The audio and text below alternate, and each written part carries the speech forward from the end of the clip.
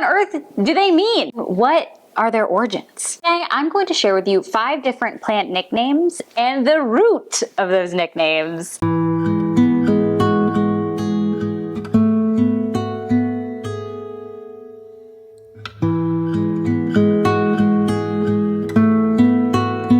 First, we're going to start with the philodendron. So philodendron in Greek, philo means leather and dendron means trees. Philodendron is the lover of trees, which makes sense because philodendrons love to climb on trees. Anyway, I'll see myself out. Which is a great segue to a philodendron bilete. Had it for about 2 years. It died, come back to life, died again. It's on its 5th life right now. You can see that the leaves themselves have this beautiful glossy sheen if I put it against the light. It's got this arrow-shaped leaf that is a medium green. It's not super, super dark. They also like to climb upwards, which you can kind of see with this stem over here. This was named by Dr. Tom Croat, C-R-O-A-T. He was from the Botanical Gardens in Missouri, and he wanted to name this cultivar after his friend Frida Billier. I think that's how you is. She was a former curator for the collections at the Miege Gardens back in Brussels, Belgium, and she actually discovered this cultivar in the French Guiana rainforest with her husband. Second, we're going to talk about a monstera. If you think about the Latin root of monstera, it's actually monstrum, which means unnatural monster thing that often is a sign of a bad omen, which makes sense because if you think about the leaves, they can get huge and have all those fenestrations, holes, etc. So I kind of get it, but we're going to talk specifically about a Monstera Thai constellation.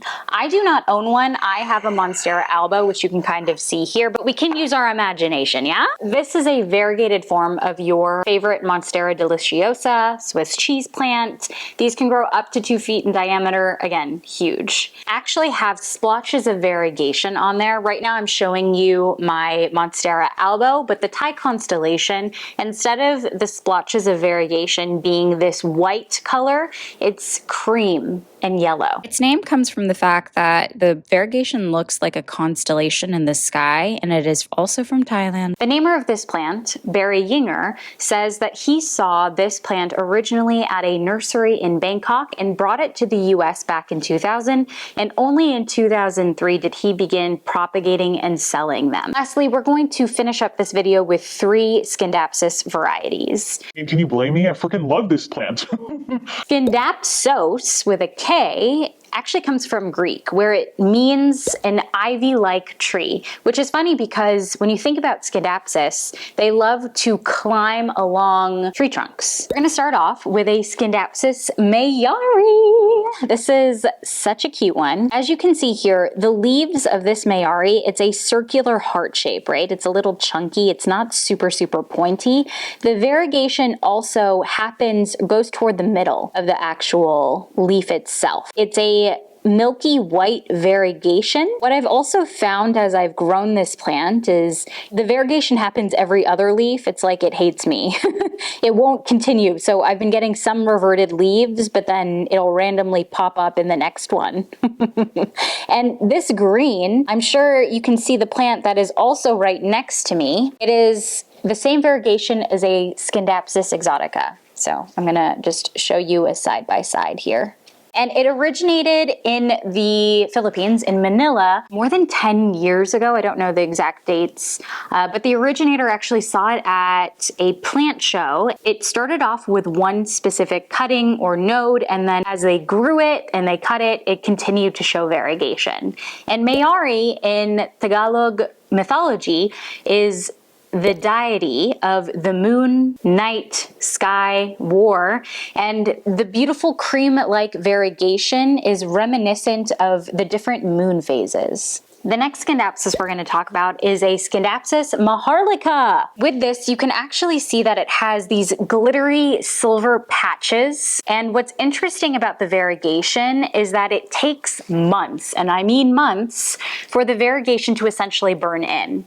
This is what a leaf looks like after probably a year. This is what it looks like after maybe 6 months. You can kind of see that different shade.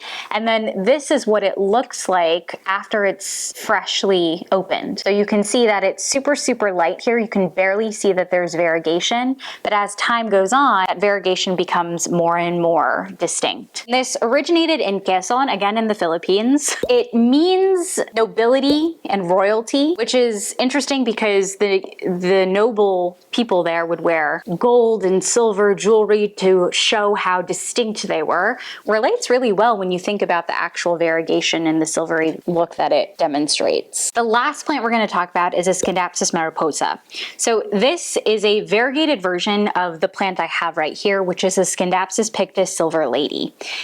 It has, of course, that silvery variegation, but it is adorned with splashes of white that immediately are there when it grows, and it maintains that variegation as it matures. Mariposa means a big moth or butterfly, and these leaves are on the larger side. You can't necessarily see this one because it's a pretty small plant that I clearly need to repot to a bigger one.